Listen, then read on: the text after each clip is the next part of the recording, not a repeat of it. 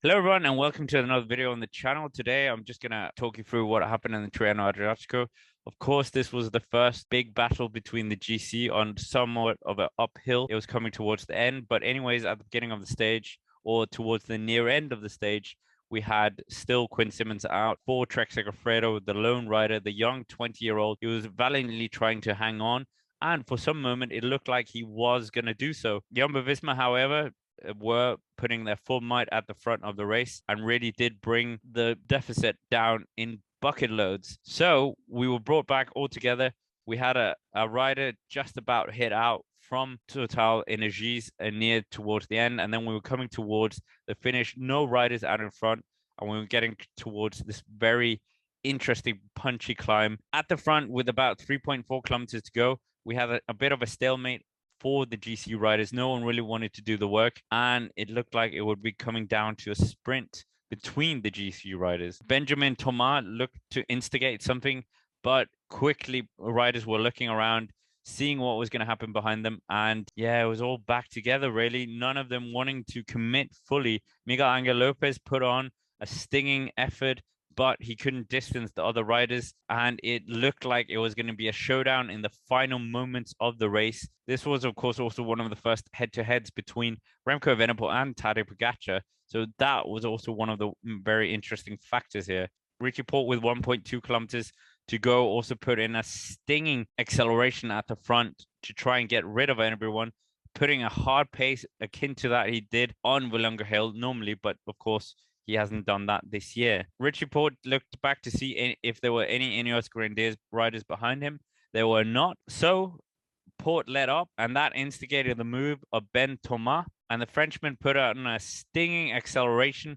And this was followed by Tadej Pogačar, who quickly saw this as an opportunity to get up the road. Giulio Ciccone answered it as well. Jonas Vingegaard and Enrique Mas were all quick to follow, even Theo Gegenhardt as well. Ben Thomas looked to the side, and then as he let up, Tadej Pogačar continued his acceleration past Ben Thomas and absolutely went whack-a-mole up the climb. Nobody could follow this acceleration from the defending champion, and he had clear air between him and the other riders. And what a phenomenal acceleration from him.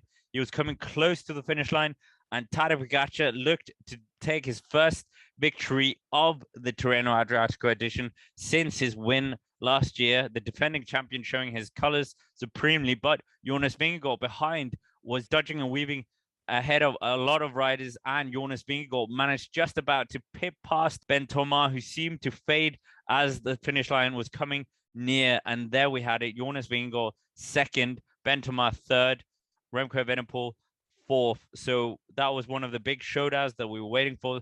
Remco Evenepoel versus Tadej Pogačar, the showdown of showdowns in a way, and I can correct myself as well. It was Victor Lafay, apparently, not Ben Thomas, who was the third rider. But Giulio Ciccone finished fifth. Theo Gegenhardt showed he had good legs, finishing sixth. Enrique Mas, seventh.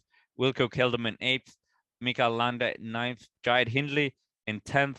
And Alex Aramburu in 11th for Movistar as well. But the Colombians, Miguel Angel Lopez and Rigoberto Urán, unfortunately missed out by losing 12 seconds to Tadej Pogačar. What does this mean for GC? It means that Tadej Pogačar overtakes the leader's jersey for the first time in this race for this edition.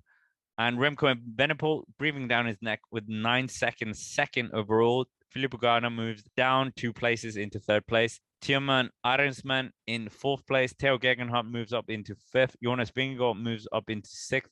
Miguel Angel Lopez, best place Colombians, in seventh.